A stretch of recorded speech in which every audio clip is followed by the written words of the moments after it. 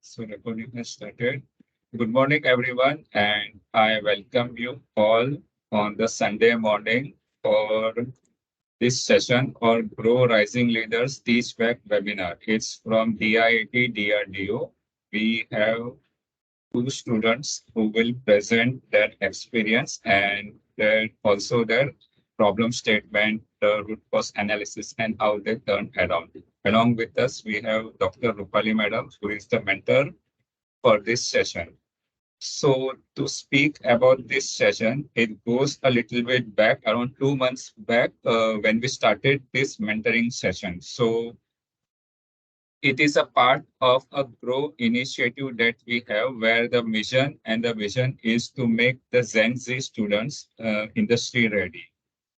So as a part of this session, as a part of this event, so it's a mentoring process where we have students from the colleges, and we have two students here with us. So they will undergo a 2 month extensive mentoring program by industry expert from our end, wherein we will make them industry ready. So the students, they are good in their academic skills. But what we are doing as a part of this mentoring program is we are providing them insights and providing them real life experience as to how the corporate world really works.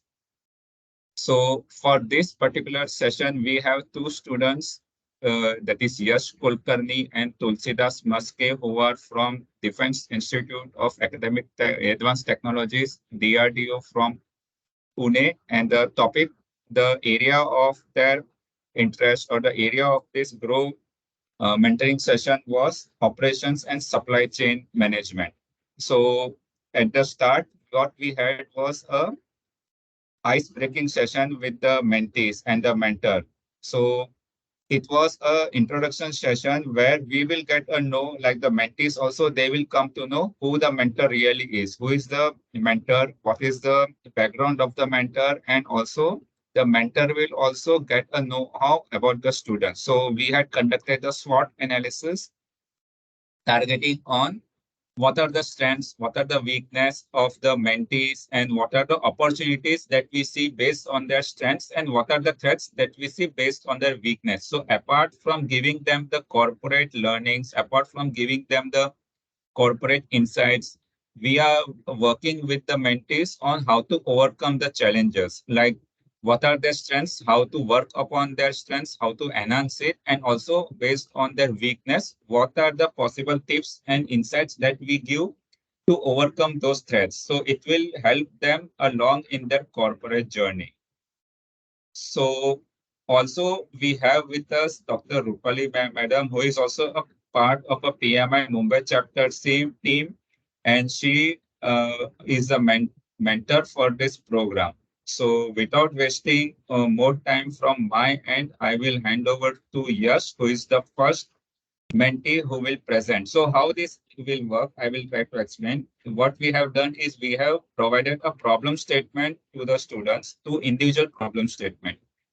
So on weekly basis, the mentees and the mentees, they are working with each other remotely based on the convenient agreed time, where they will discuss on what is the problem statement, what are the possible root causes, and how to have a preventive action or an action in plan to address that particular root cause. So the presentation by both of them, it would be first, they will introduce themselves, they will introduce or they will explain us what the problem statement is all about, and they will provide us the root cause of that problem statement, followed by a preventive action or the action that would be taken to address that problem statement. Along with it, you can see that improvement in other communication skills are also this session. It's a good platform for them to gain confidence on how to present themselves or how to speak in front of a global audience in a corporate world. So it's a small approach or a small initiative from our end to make these two young bright students work and enhance in their career ahead. So I would like to hand over to Yash. Hello, Yash. You can start now. Yes, thank you, Rajendra sir. So let me just share my screen.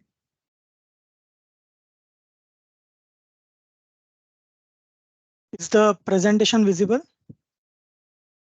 Yes. Good morning, all. I am Yash Kulkarni. I have completed my master's in technology management from Defense Institute of Advanced Technology, which is an autonomous institute under DRDO Pune. I have completed it in May 2023. So, as a member of PMI Mumbai Chapter and Pune Chapter as well, I have taken this. I have enrolled myself in the Grow batch to basically like whatever Rajendra sir had mentioned to upskill myself in this particular project management domain. So I am currently working as PGET in FEV India Private Limited, which is a German based MNC, and I am working in the project management domain over there. So let me start with my case study. So the problem statement which I had finalized was basically related to the quick commerce companies which are currently into business in the Indian market. So the title is a case study on the supply chain aspects of the quick commerce companies in Indian market. So let me first start by giving you a small introduction. Before that, I would like to know from the audience or some of you that you must be using this kind of platforms maybe periodically, but let me just know if you want to purchase any groceries or products online. So usually which platform do you prefer using? Maybe DMart or platforms like Zepto, Blinkit. So let me know. Can someone answer it, please?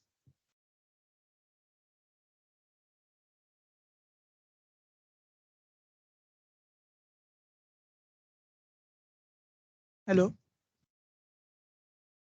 So they are putting on the chat window, Yash, and Okay, ma'am. I was the first one to put. My husband prefers Amazon Fresh, so he does the shopping. And Right. Nature's Basket. Bhatt is saying R Mart. What is R Mart? Reliance Okay. Mart, Rajendra. Reliance Yes, Mart. yes. Yes. It's a Reliance Smart. Big Yeah. Basket, D Mart are the Hmm. answers that we are getting on the chat. Okay, so right. So talking about quick commerce, so it is an emerging trend in the Indian e-commerce industry, which we have seen recently that promises to deliver products to customers within hours of placing an order. And right now the lead time is even up to 10 minutes, 20 minutes. So with the rapid growth of the Indian e-commerce market, this particular model of quick commerce is gaining its popularity as it is trying to cater the evolving needs of us, the customers, who are expecting a very fast and efficient delivery.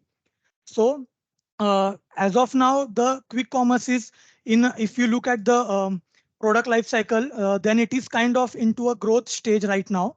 So it is trying to be at a mature stage, but it is still in the growth phase right now. And there are very big players as well as small players involved currently in the market. Some of them are, for example, Dunzo, Blinkit, Swiggy, Instamart, Big Basket, Amazon Fresh, Zomato, and even Flipkart Quick.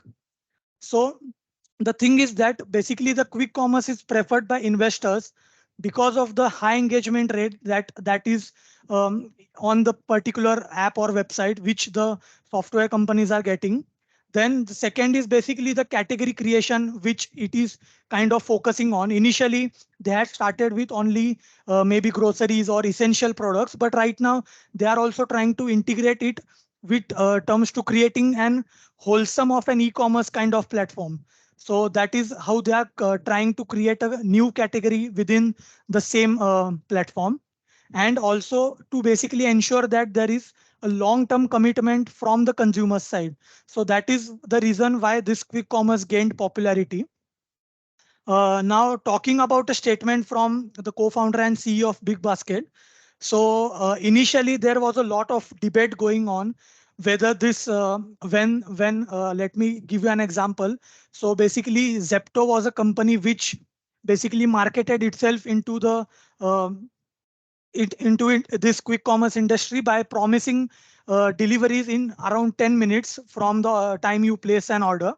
So that is when basically the whole debate kind of started, wherein consumers were trying to see how this kind of model is working, and is it really feasible, it is really going to happen or not.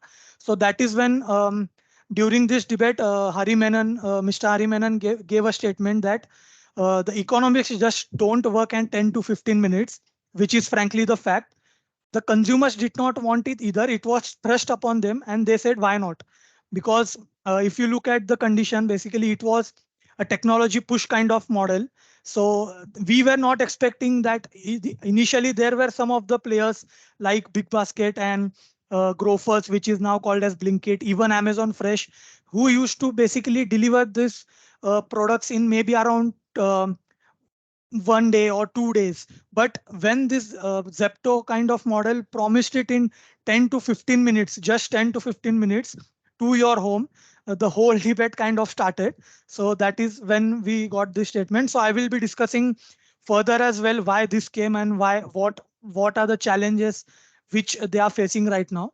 So talking about the stock keeping unit. So basically, this kind of quick commerce models almost focuses on the 90 to 99% of this stock keeping units, which we generally prefer. For example, if you look at dairy products, we usually prefer Amul as a brand.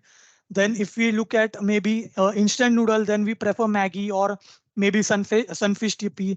In case of biscuits, maybe we prefer Parle G, Marigold. So this kind of products which are largely used by the customers, they are trying to maintain the stock and replenish the stock and make ensure that their inventory is filled by this. Um, Now the thing is, basically before COVID, the investors initially were not interested in this quick commerce model because it was kind of basically, if you have seen the e-commerce model as well. So trying to change the customer perspective to a different model. Initially, e-commerce even faced a lot of backlash from the customers. So that is why understanding the customer behavior is very important, which I would be discussing in the further slides. So initially, investors were not reluctant to basically give investments to this platforms, where because of acquiring new customers, that is the customer acquisition cost, which is a major factor in which we are going to look forward in the economies of scale. So that is why it was said that uh, it would be very difficult to acquire new customers and maintain their loyalty as well. So that is the first reason. Then changing the customer behavior as in, basically we are trying to shift the customer perspective from purchasing the essentials or groceries or dairy products from an offline market and shifting it to a very new online market. So that is why understanding this customer behavior was the second factor. And the third factor is basically the FMCG products. They have very low margins. Usually it is around 15 to 20%. And if you look at fruits or vegetables, it is somewhat in the medium scale. So that is why initially it was facing a lot of uh, negative feedback from the customers and even investors. But once after the pandemic, after the COVID time, as we had no other option than ordering these essentials online, so this quick commerce platforms gained a huge growth in their basically setup. So this is the example of the promised delivery time of the startups. Basically, if you look at the example, Zepto promises it in 10 minutes, Blinkit in 10 minutes, Dunzo 19 minutes, Swiggy between 15 to 30 minutes. Big Basket, even though it is operating on a different model right now, still it is trying to basically get into the quick commerce as well, which I would be discussing further. Then we have other, right now, Ola is not into the market. It has shut down its operation. And the reasons which I have also mentioned further. So this is the promised lead time of the startups. If you look at the e-commerce financials, so yeah. So if you look at this particular forecast from 2018 to 2026, so before that is pre-COVID, we can see that the graph is not very significant, does not have a very significant rise. But as we have discussed in the last slide, post-COVID, the customers started accepting this kind of platforms for their daily needs. So that is why the grocery or quick commerce sales is kind of forecasted to rise a very good amount that we can see over here. So this is basically the financials which I have kind of given here. Now, if you look at the quick commerce companies which are operating in India, so the survey was done by Red Seed Strategy Consultants. So as per their forecast, it is right now around the market size is around $300 million right now. If you look at 2022 figures, and they are expecting a growth of around 10 to 15 x by 2025, and they have predicted over here around 18.3x in this figure. So we can see that the customers are trying to accept this particular phenomenon of quick commerce, and that is why more and more players are trying to get into this quick commerce industry. Now, talking about the customer behavior, we need to basically answer the below questions. What do the customers want? That is the needs which we have as a customer. So in terms of quick commerce, it deals with quick deliveries, discounts and offers which the platforms are offering.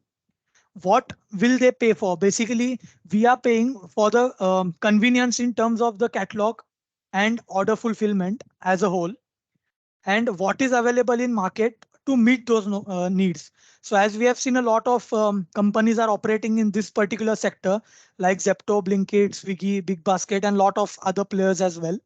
So basically analyzing this and relating it to ourselves as a customer, we can understand how the paradigm shift is going to happen from offline scale to online scale.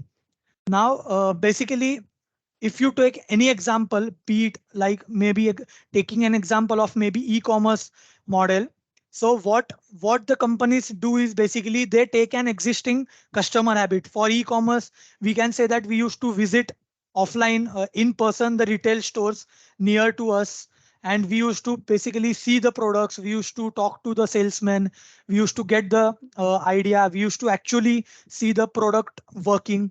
Then this was basically this taking this example further, what the e-commerce giants like Amazon, Flipkart did was basically they tried to shift this offline industry into online part. And what they did was basically they tried to give this whole setup into a integrated platform on their app or website. And what they did was they basically provided us with the convenience with which we can basically have the order fulfillment of right from placing an order on our app or maybe on the website and receiving it up to our homes at a minimal delivery charge or even free of cost.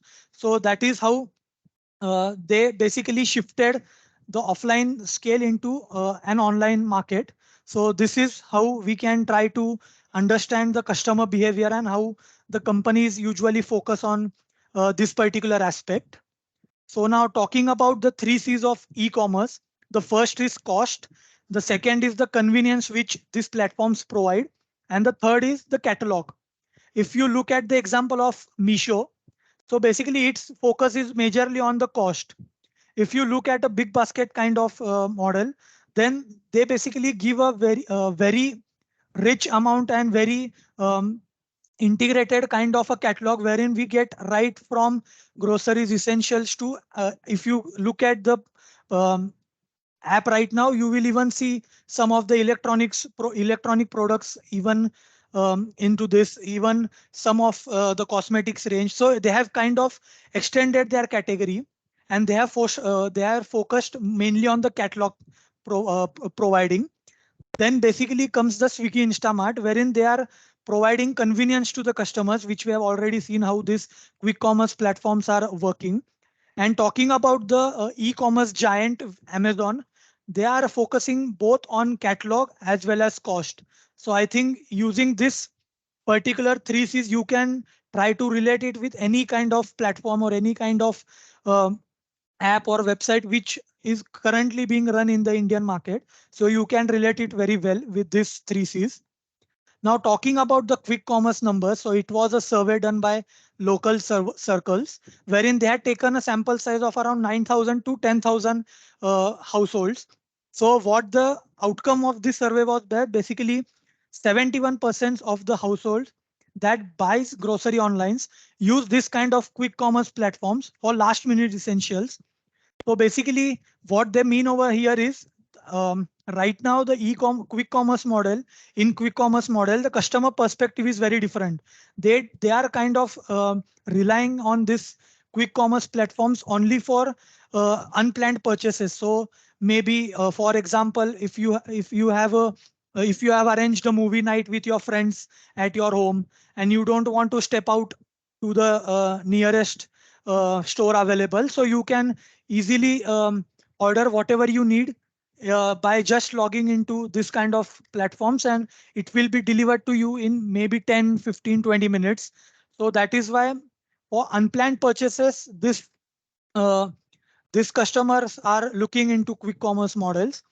Then comes that 29% of households were even buying their regular groceries through quick commerce.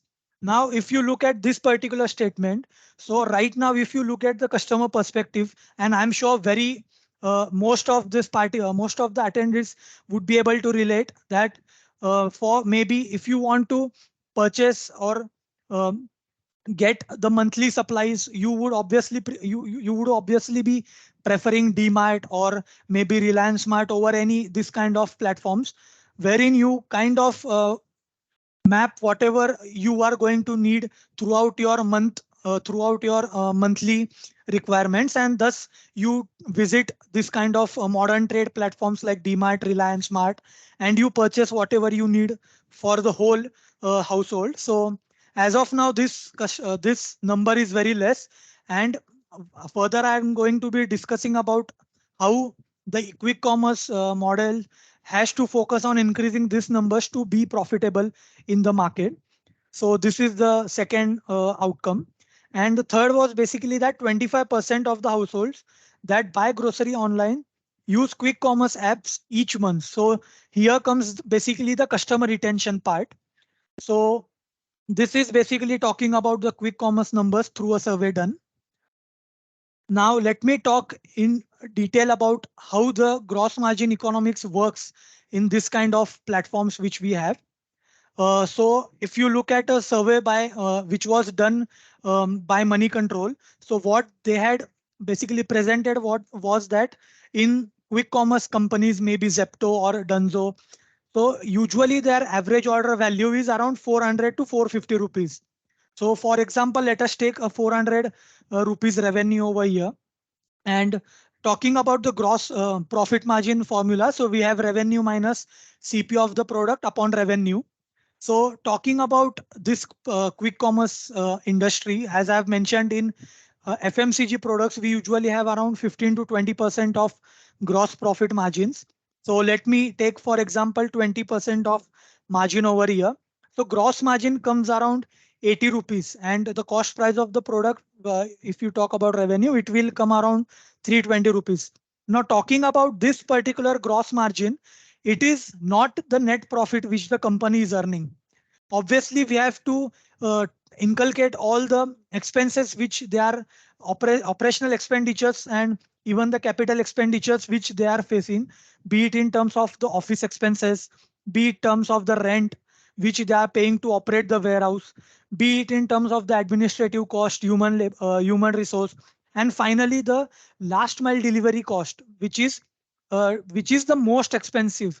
So if you take for example this particular delivery cost, so even if you look at the quick commerce market right now, they are using dark store models, which I am going to be discussed in the further slides. So even if they are using this dark stores kind of model, they are not able to reduce the delivery expenditure below 40 to 50 rupees. So if you take a minimum of around 40 rupees or 50 rupees, let us take for example, the delivery cost is around 50 rupees for this particular order.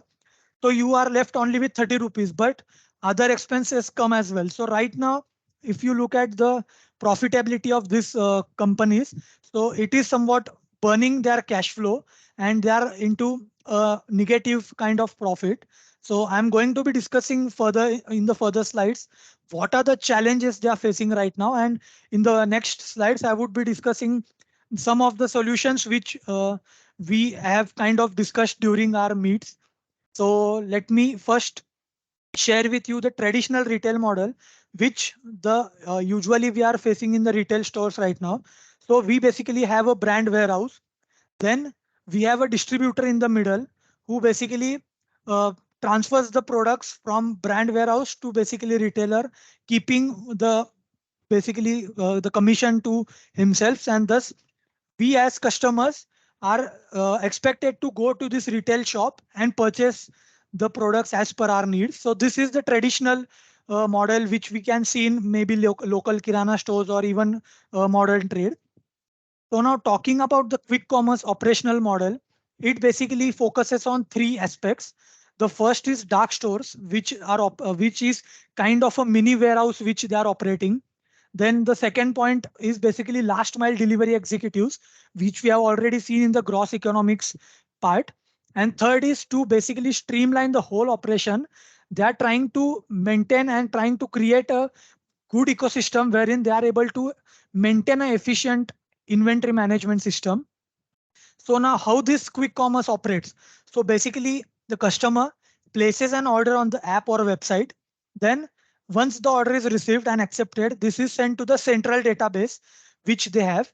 And further, based on the location preferences and the area in which the dark store is operating, the order is further assigned to the dark store.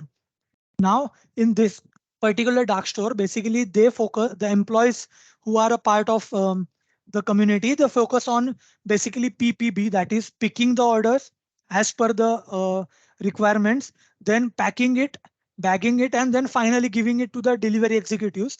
And the last mile delivery is done up to our house.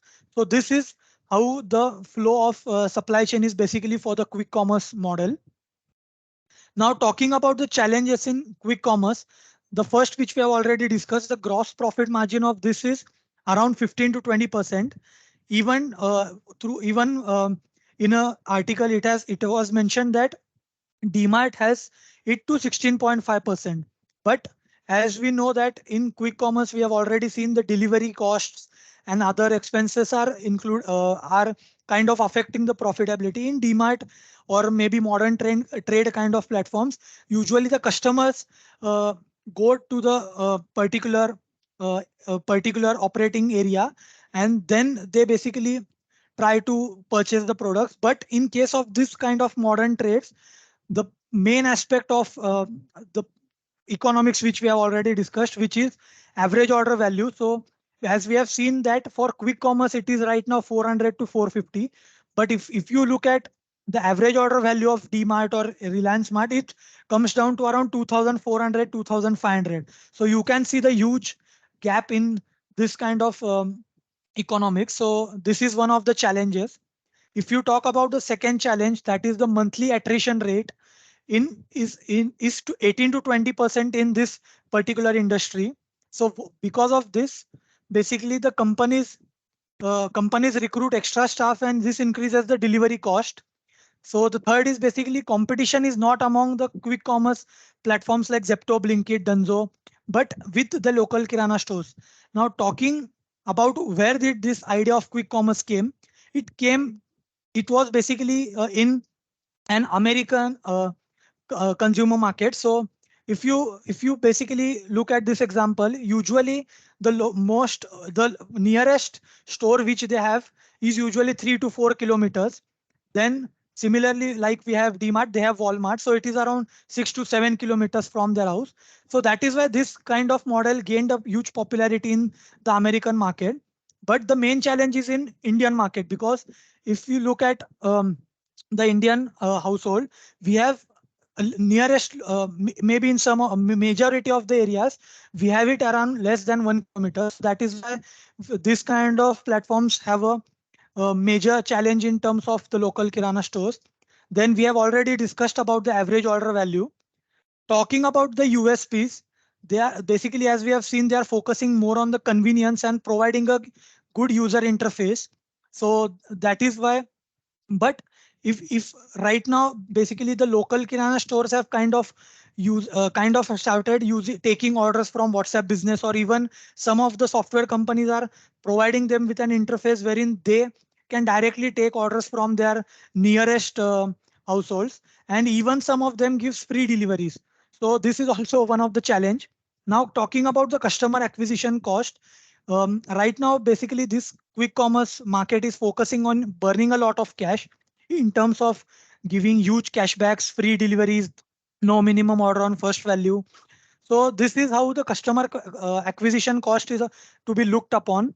So in a successful model, basically giving or spending a less amount of customer acquisition cost, we have to maintain, we have to ensure that the loyalty of customers is with that particular platform, and the lifetime value of the customer would be more as compared to the customer acquisition cost. So ideally, if the lifetime value of customer is more than the customer acquisition, that the ratio is more than 1, that means that we are making money on each acquisition that they have. Now talking about the USP, basically I have already discussed, and competition with local kirana stores in terms of the trust and personal bonding which they have created over the years. Now talking about the main pinpoint of these quick commerce platforms, it is the disloyal customer base. So if you talk about this particularly, if some brand is giving more discounts, more offers, we will instantly shift to that next platform. So that is why having that customer retention is going to be a major challenge. And eventually a duopoly happens in India in any sector. Take for example, cab booking service, we have Ola, Uber. For food ordering, we have Zomato, Swiggy. For e-commerce, we have Amazon, Flipkart. So eventually there would be a duopoly created for this quick commerce platforms as well. So that is also going to be a challenge. And in future, to sustain the business, this company would have to take convenience fees as taken by a lot of aggregator platforms in different sectors. For example, if you see Book My Show, it is charging us convenience fees to basically book tickets online and not having to go actually to the theater and then standing in the lines and then getting our seats. So that is why this convenience fees is also going, as of now they are not taking it, but eventually we have to pay for the convenience fees. Now coming to dark store model, basically we have a brand warehouse. We have a distributor who gives it to the dark store, and this dark stores has a lot of things which I would be discussing. So talking about a dark store, it is a micro warehouse having around 2000 to 3000 products within the store warehouse.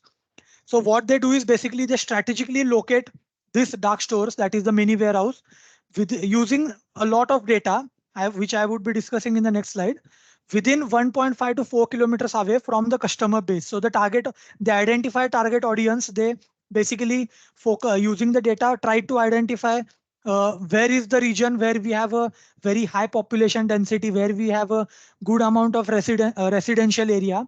So using the data, they try to locate these dark stores.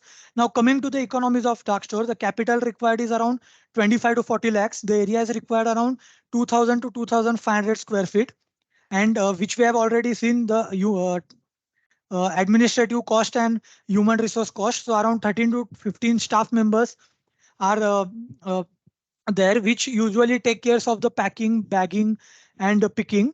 And the average order value of this particular dark store is around 400, which we have already discussed, and gross profit margins of around 15 to 20%. Now, this particular data analysis comes into 3 stages. The stage 1 is basically location selection. So with they identify area with dense population. So after identifying, they try to identify the buying pattern of the residents or the households in this area. They try to see the purchasing frequency and analyze it. And they also try to see how much they are able to spend onto this particular needs. So locus.sh is such kind of a platform which is kind of used by many of the quick commerce platforms. So locus.sh is a software company which kind of deals with all these aspects of data analysis. Then second comes the location engineering, wherein once you have strategically located the 4 kilometer or 5 kilometer radius which you are going to operate in, they identify the traffic routes on those area. They identify the how much time could it be taken for basically fulfilling the order. So, and also the real estate prices of that area, because as we have seen, around 25 to 40 lakhs of initial investment is there in the dark store model. And the stage 3 comes to finally having that dark store or mini warehouse situated. Now, the success formula for this platform is basically highly because if you're promising 15 minutes or 10 minutes, then you have to specifically locate and maintain the dark store. Apart from that, basically the picking, packing, and bagging. This PPB model is very important basically to reduce the lead time of final delivery. So that is why using the efficient inventory management system, which relies heavily on the technology. So they are trying to basically have it within 2 minutes of 2 minutes. So right from when they get an order to finally picking, packing, and bagging, and finally giving it to the delivery executive, it usually takes around 2 minutes for if they have a very efficient inventory management system. Thus, they are able to fulfill the requirements of 10 to 15 minutes of delivery right to your household. Now, comparison of dark store India versus the Western countries. The average order size value is very high in Western and low in terms of Indian market. The margins is also very high in Western countries and low in Indian market, which I would be discussing majorly how they are trying to increase this particular margin in the Western part. And the delivery cost is basically managed at the consumer end. That is, like I've said, they are paying the convenience fees to the platforms. And in India, as of now, like I've mentioned, we are getting huge discounts, huge cashbacks, and even free deliveries. So that is why the cost is bared by the quick commerce platforms in Indian market. Now, talking about the cost factor, the traditional model is basically try to relate it with a big basket or Amazon Fresh model, wherein they are giving you a slot for delivery times, not within 10 minutes or 15 minutes. They are giving you a slot maybe next day or 2 days after. Then talking about dark store, you can try to take an example of Blinkit or Zepto and normal Kirana stores. So if you consider the rent cost, so it is low because usually Big Basket or Amazon Fresh kind of models have their warehouses on the outskirts of the city. So that is why the rent cost is very low as compared to the dark store, because in dark store basically it is high, as we see that they are focusing majorly on tier 1 and tier 1 cities right now. So the real estate cost is very high if you consider the residential complexes and vicinity in their vicinity. So, and obviously low to medium in terms of Kirana stores, and cost per delivery, other factors which I have listed. So it is high in terms of the traditional model like Big Basket. It is high, very high in terms of dark stores, and it is usually very low for the local Kirana stores. Now talking about the model comparison, the traditional model operates large city-wide. In dark store, it is usually 5 kilometers radius, and in Kirana, we have seen it is around 2 kilometers. Then the product selection is very large as they are providing a huge catalog. Then they are in dark stores, basically they are focusing on major of the stock keeping units, which are highly preferred by the consumers. And in terms of Kirana store, it is very limited as they don't have much space into their time. And the delivery timeline, as I mentioned, next day or 2 days. And in dark stores, we have fast. And in Kirana stores, we as consumers have to visit the shop. Then talking about the profitability, it is the big basket kind of model is usually profitable for large orders, as we have seen our average order value is a critical aspect. In dark store, it is very tough, which we have already discussed. And in Kirana stores, even it is profitable for small orders. Now, how to turn profitable? So how to achieve these economies of scale? We have to basically, the companies have to basically focus on the four aspects. That is, the average order value should be high. The delivery cost should be reduced, and the gross profit margins also need to be high, which I would be discussing further. And the customer acquisition cost, which they are facing right now, like I have already mentioned, in terms of the cash burn, it should be reduced. If this stage is achieved, then only the business would be able to generate a positive cash flow and thus start earning profits. So as I already mentioned, this platforms being into the introduction and growth phase, they are relying right now on the cash burn kind of philosophy by giving us huge discounts, huge offers. Now talking about the cost analysis, which I have already discussed in terms of rent. So as we have seen in traditional, since it is situated in the outskirts, it is low, and in dark stores, it is situated in maybe a major tier one city, and that too having a high dense population area, which will eventually increase the real estate cost. And also we have talked about the kirana store. Now talking about the manpower, which we have seen in dark stores, some of the quick commerce platforms are operating 24/7 in some of the areas, not all the areas, some of the areas.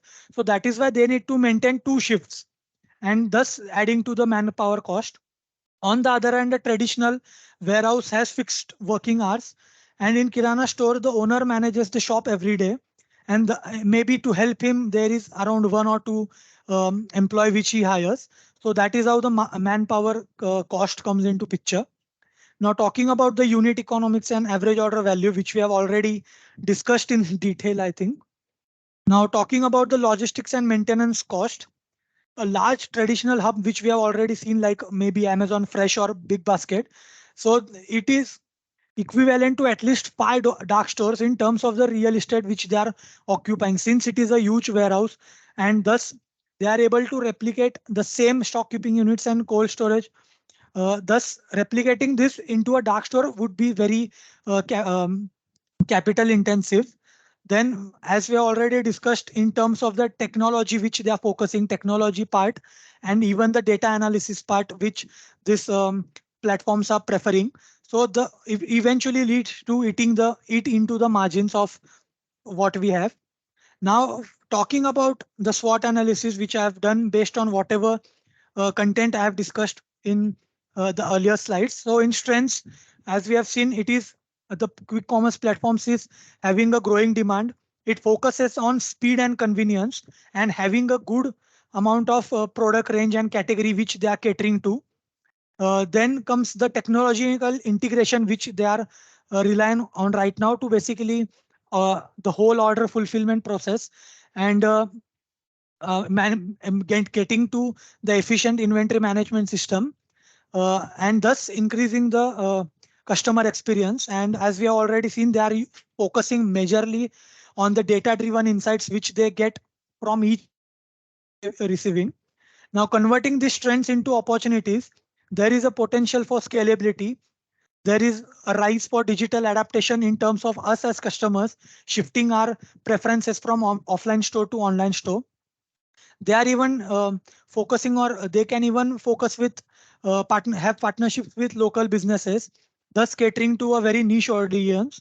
And they are even right now they are also, some of them are looking into flexibility in services offered by giving a subscription kind of model, and also talking about the cross selling and upselling. For example, suppose that um, based on this data driven insights, what the customers are doing, what the platforms are doing is basically, take for example that suppose you are ordering a shampoo, maybe brands which we have already like L'Oreal Paris or Head and Shoulders. So what these companies do is basically they try to recommend a good product, wherein they try to say that maybe this for example Wow Skin Science or Mamaearth, wherein the products are more focused on the using organic ingredients. So that is how, if they are trying to cross sell by recommending and upsell the product, like if the order value which you are originally giving to give was around 500, then maybe once you shift to, once they are able to convert that upselling, your order value will eventually increase to around 600, 700. So that are the some of the opportunities that could be there. Now, talking about the weaknesses, as we have discussed, operational challenges, the quality control, the profit margins, and since they have tried to market themselves as speed, convenience, and category wise. So once we have adapted this kind of platform, so eventually there would be higher customer expectations from this kind of platforms. Now, talking about the threats which they are going to face is which are already discussed. There are a lot of players in the market. So eventually a market saturation could happen. Then next is basically the regulatory challenges, infrastructure limitations, which we have already seen. And since a lot of data is being used in this order fulfillment, so the data security is also a critical aspect to be looked upon. And finally, as we have seen in India, as of now, there is no loyal customer base. So that is why the customer retention is very uh, is going to pose a huge amount of threat to this kind of platforms. Now, the proposed solutions which we as a team have discussed is basically using the data analytics which they're already using. They can identify the user demand trend in that particular area. Now, as we have seen that average order value is something which is kind of affecting the profitability. So if the cart value of that particular order is of high ticket size, maybe around minimum of around 600 rupees or 700 rupees, the order fulfillment could be done by a central hub which is which could be situated in the outskirts, and for instead of dark stores. And if there is a low ticket size order, the order fulfillment would be done by e-marts, which we would the companies could be tying up with a very reliable modern trade platforms. For example, there is more supermart. If you have heard or not, I am not sure. More supermart or even Sunday Express. So wherein they are trying to compete with modern trade platforms, even though they are small scale, they are trying to get into this market into of modern trade platforms. So the order fulfillment could be done by tying up with this kind of small supermarkets. So the company would be providing the orders through the internal systems to this nearest e-mart, and the delivery support could be provided to them if they are not having. And the aggregator, the platform could charge commissions for whatever order they have sent. Thus, this is the first solution which we have tried to identify. Then second is basically scaling and then charging advertisements or listing fees from brands.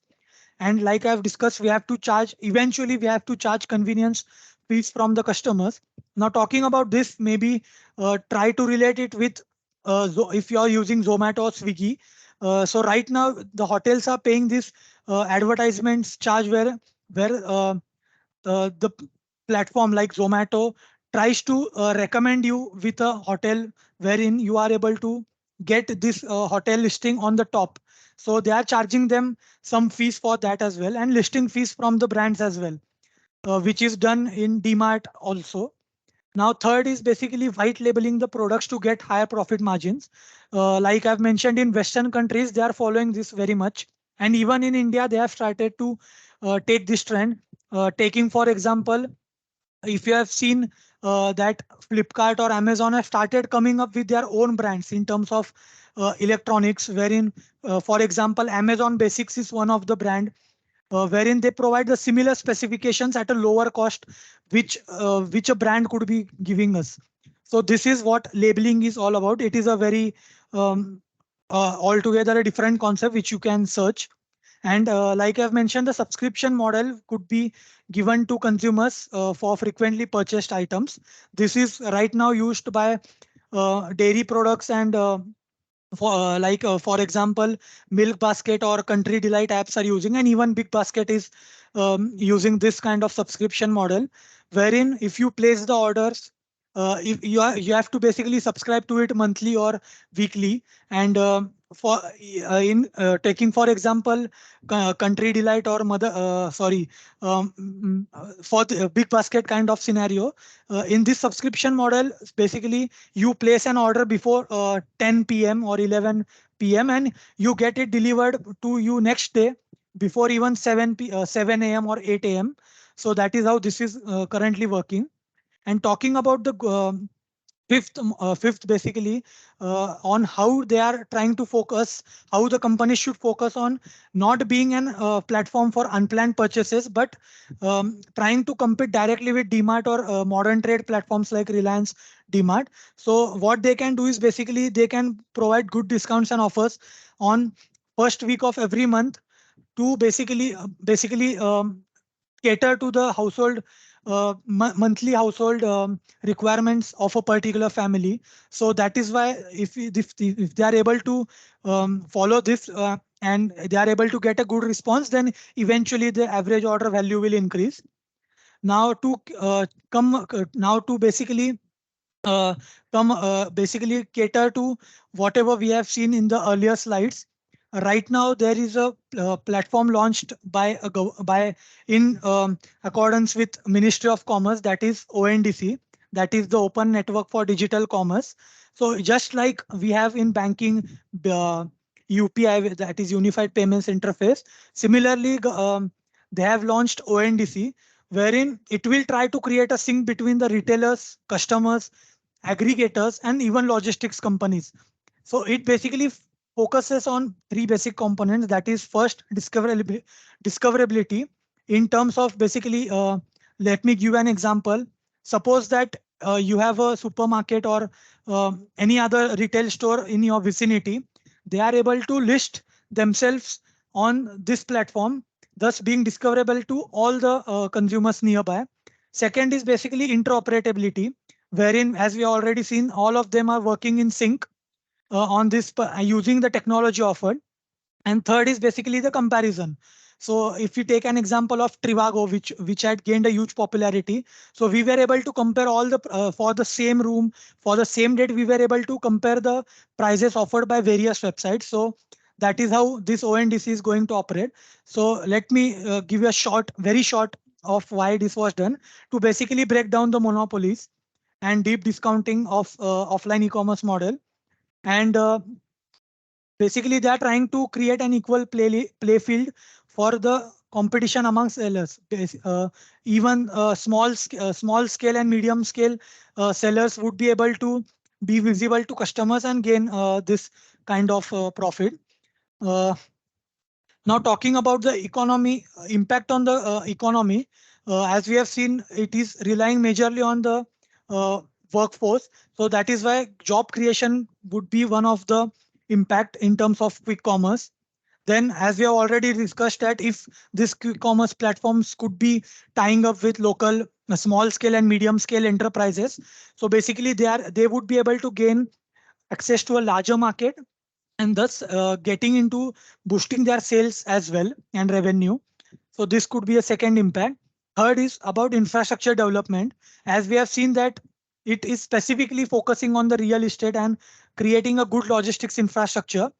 So that is how it could be it could be impacting the economy in terms of real estate.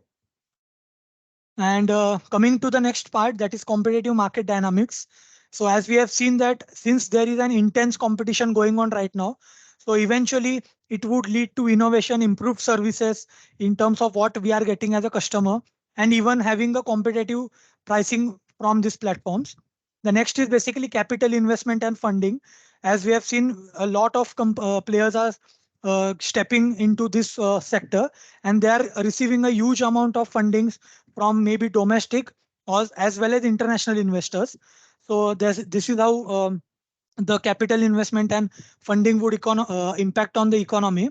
And talking about the efficient supply chain management, which you have already seen, as it is one of the critical aspect to basically reduce the operational expenditure.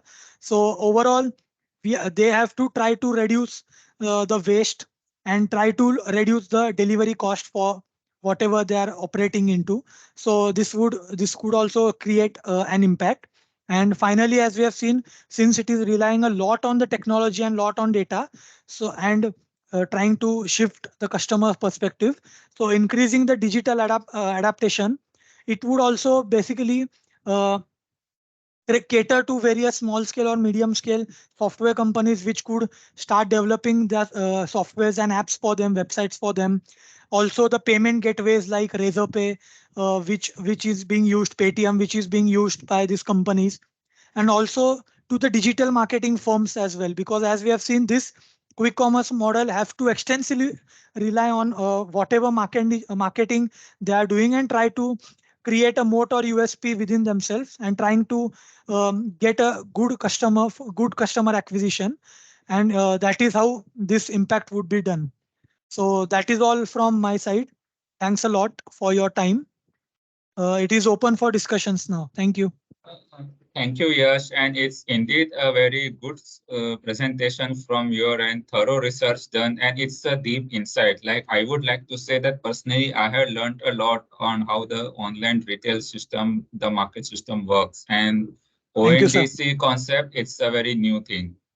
Yes, sir. So this is very helpful for us as well. And also the root cause analysis. First, I would like to say the problem statement was very thorough as to how the current system is working and what are the challenges that we see. So, and followed by the detailed root cause as to why we are facing these instances. Like we have the gross margin scenario, like we have the challenges on the online front as compared to the retail marketers or the retail Right. kirana shops that we have, followed by what's the possible solutions that we can Thank you. implement. So I think it's a good concept, and if it's taken in a helpful way, then it would be a game changer to the online retail segment within India. So in the interest of time, we will move on to the next presentation. It is by Tulsidas Paske. And the presentation topic is also very interesting. Like it's completely different from what we have seen right now. It's around the medical device manufacturing industry. So here also Tulsidas has made a detailed he has provided a problem statement, and also he has come up with a detailed root cause analysis and the solutions. So I would ask Tulsidas to start with the presentation. So Tulsidas, you can start now. Yes, thank you, sir. I hope my voice is clear.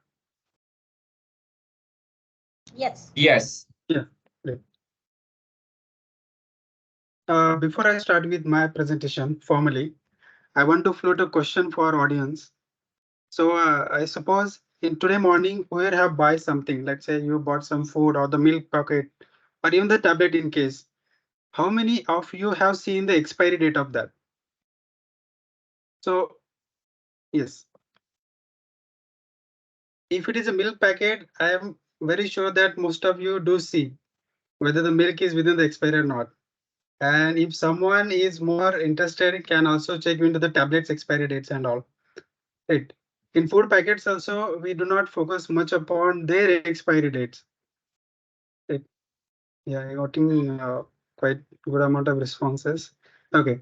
So if you see, because we most of the time trust on the supplier, we trust upon the vendor where the person keeping those fruits, vegetables in the shop. We trust on that they keep the healthy product within the expiry date. But we cannot just rely upon that.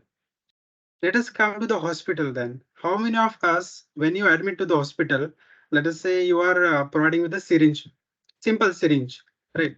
How many of us inquire about whether the syringe is the new one?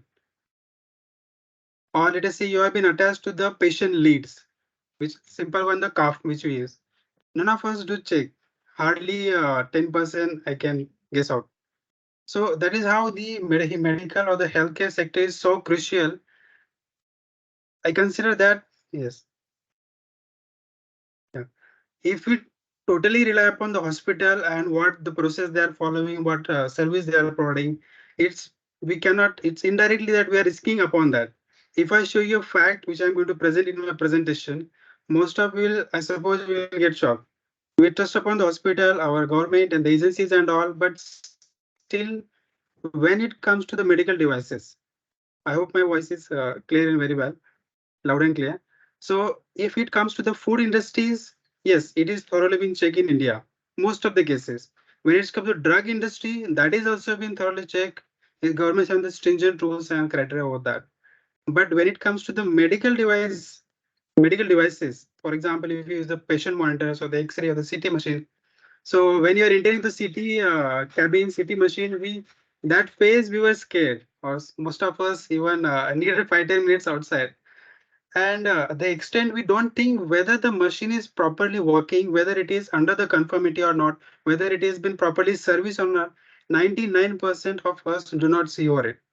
But if you see, that is a very important criteria. Now, this is the non-invasive. But if you say talk about the invasive, that means the implant which we place inside the body. Now, non-invasive, you just have to go to the hospital and come back in few days. Invasive, let us see if you are having the some heart implant that is going to stay with a patient for the quite 5-10 years of the life.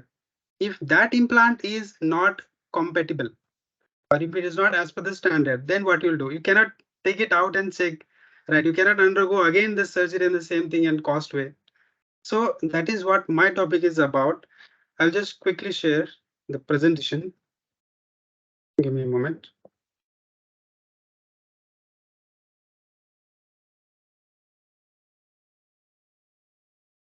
Yeah. Is my screen visible to all of us? Yes, the Yes, sir. screen is visible. Yes. Yeah. So that is what the talk introductory. Let me give you a proof. Now here is the news. As you can see, government knew that there was a hip implant. Let me give the brief about what the news was about. So there was a hip implant which got launched in around 2004 in USA. Which again, it was launched in the market of Australia, Japan, and the other countries. In 2009, this medical device implant, which is a hip implant, got recalled. Recall means there was some non-conformity. The product was not as per the standard. So in the countries like Australia and the Japan and the other developed countries, which you see, in those countries by 2009, the product got recalled by the JJ. That means they took out all the product from their company, from their countries, and they provided compensation to the customer, so the patient whom the hip implant has been patient. But in India, if you see, in 2009, by 2009, in most of the country, the device got recalled. But in 2010, in India, the new license was been issued to this implant. Means the license was been renewed in 2010. So it took almost next 6-7 months for few of the government agencies to realize there is some issue with this implant. That happened in the FDA Maharashtra in Mumbai. There was few complaints were there from the doctor and the patient side. Then in 2011, early of the 2011, the FDA Maharashtra CDSCO is one of the organization in India who looks over the medical device regulations. Central Drug Agency is there. Now, around in early 2011, the FDA Maharashtra gave a recommendation to CDSCO to recall this device. But again, it took next 2 years for the CDSCO to ban this implant in India. So you can understand the current flow what we are having, or the current what process we are at present also we are following for the medical devices, and these devices plays a very critical role. So as it comes to the compensation, if you see in USA, almost 2.5 billion dollars for 8,000 patient, the JJ Thompson has to pay for the one implant. For one implant, 2.5 million dollars in just USA. So that of Australia, it's 250 million dollars. They have to compensate for the patients. And India, it started around 2013. The product got banned, but it took almost 2015 or 16 when they started compensating the patient. So still till a date, 60% of the patient who were implanted with this J.J. Thompson hip implant are still not traced, because the implant is like you will not know whether you are having the issue because of that surgery or not. That is very critical thing. You will never know, or in rare scenario, patient will realize that he is facing the health issues because of the implant which has been placed in the body. So because of that, many of the patients suffer severe issues and without realizing the cause of that. So that is why the project is what I have considered is to measure project progress and how risk management strategies can be developed. by root cause analysis of this medical device recall from the FDA. FDA have considered this data from the USA because in India we do not have any forum, we do not have any website where government posts the recalls, standard recalls. There is no such data. In other countries, they do have their own database where all this recall data has been posted, which is I will explain in the further slides how that data is very crucial and very important. So I just trying to give my a bit of this analysis in the Indian medical device market, so that if any entrepreneur want to come into this field, or if there are some projects has been carried away, or even the post market surveillance, how this data can also be utilized. This is just a output or objective what I am following through. So thanks to Roopali ma'am and Rajendra sir, who has guided us throughout this project. So this is the outline of my presentation.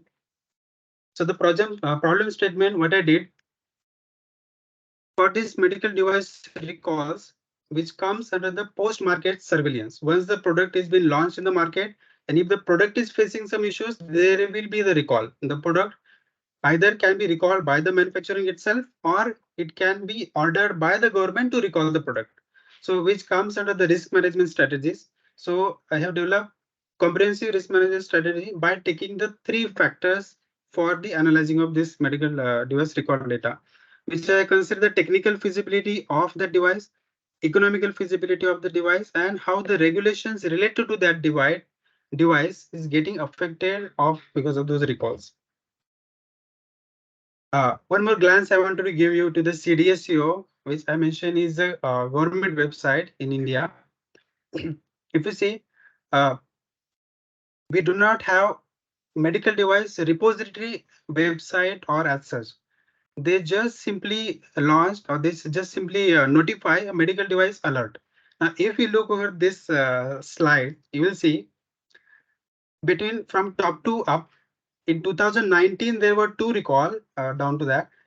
And directly there was in 2021, there were four recalls only throughout the year. In 2020, there was no recall at all. In 2022, again, there are only three recalls. So that is a very critical parameter. The data which I used for analyzing and for this study, I used for last 8 month data, and that was more than 500 recalls from only USA market. More than 500 recall data in last span of hardly 8 months data. And in India, we are following such a pattern. I will talk about this in later slides also, the implication of that. So that was the motivation for this research project study. First, if any entrepreneur want to come into the market, let us say if entrepreneur want to develop a heart implant itself, in simple stent he wants to innovate. Now, when he's into the market, the chances of getting the product into the market is already negligible. In medical device innovations, out of 10, hardly one or two medical devices successfully comes into the market. So there are high amount of chances are there where your innovation will fail. So in such a competitive market, such a market tolerance is very low. If there is more of recalls are there or such issues are there, that will definitely affect the innovation ecosystem. So that was one of my motivation. The second is in the initial phase when we are planning project planning we are doing, or considering the risk management planning those factors, how we can integrate these outputs of the recall or the PMS output into the project dashboard also, so that there can be improvement in the tracking the progress, performance, and identifying the possible risk, and so that we can improve the success of the project. And third, how we can improve the product to market ratio, as I mentioned, how we can improve that by relating with the compliances and the standards which are there, to that of gaining some good output, good generation profit out of that too. So as I was talking about medical device recall, just I will give the brief idea about what these medical device recalls means. So you can stay tuned with me for analyzing, for understanding the further information. So uh, when there is an issue with the medical device, then a mod is generated. Mod in sense that there is some issue with the device. Either a hospital doctor can report this to the manufacturer or the vendor, or when a government realizes there is some issue with this device, then the government issues such a notification. So that is the discovery. A potential problem or the defect is identified. Now, few of you may have a question about the discovery. Can a single event lead to the recall? Anyone want to answer that? Let me ask the same question. Can a single problem in a device or a single issue with that device, can it cause to the recalling of the device? There are hundreds of the, for example, hundreds of the devices are issued in the India, distributed in India, but only one device faced a problem. Can that lead to the recall? Anyone can guess. So We see many yes on the chat window. yeah, absolutely. But Because there is even one out of no. There is one no also. Okay, one so no. Okay, let me clarify that. So you take 100 or thousands also. Out of 1,000, even one medical device is facing the problem that may lead to the recall. And out of 1,000, even the 500s are facing the problem, it may not be into the recall. So it totally depends upon the type of medical device. I will give you the glance about that. That is what it comes to the investigation. When the defect has been reported, there is an investigation. We measure what is the scope and severity of that defect. If the severity is like, for example, recall can be happen because the expiry date is not properly mentioned, or the expiry date is not as per the government standardized guidelines. That will cause a recall, just the expiry date also. But that will not be a reason, may not be the reason for recall the medical device. So you have sent your uh, sold 500 of the lot out of 1,000 from your warehouse, but all the 500 you don't have to take it back just because of the error in the this. So, and there can be instances if there is a hip implant is there, and if that one specific patient has faced a issue, that may lead to the all 1,000 hip implant which has been sold in the market, they may have to take it back or take the appropriate action. So it totally depends upon how severely the issue is going to affect the patient. Now, based on that, we have the classification. We classify based on how severe the issue or the problem is affecting the patient. And after the classification, the manufacturer, health provider, or the regulatory agencies like the CDC we are having, they have to notify it to the publicly. I'll let you show the CDC or public website. They are supposed to publicly announce it. But it does not happen in India. It what I have gone through, I have read through the throughout my study. The data is being shared to the vendors, like in India, we have the Tetalexi, Capgemini are there who deal with the risk management and all. So for that, the manufacturers share the data, but it is not publicly available in India. Now, I will tell you in the further slide why this publicly availability of this data is very much important. I will come to that in further slides. Further thing is how it is going to affect, because we are talking as a project PMI forum where we are taking the side of, or we are supposed to be on the organization perspective. So I am slightly coming with that from the customer to organization. Now there is a in the second slide I show you, in USA itself almost 2.5 billions of dollar the JJ has to pay to the customer. So you can understand how that is affecting the revenue of a company. Then there will be a lot damage to reputation, the famous case of Maggie we know. Then regulatory scrutiny, a particular device when it faces a lot of recalls, the government agencies become responsible to tighten the regulations or modify the regulations of those devices. So regulatory scrutiny has also become the complicated. Then patient harm is obviously the cause. Then there is a litigation cost. You have to compensate to the patients, and there is a legal cost and those factors. Then what can be the reasons? Top 7 reasons why the medical device failed. If you see into this,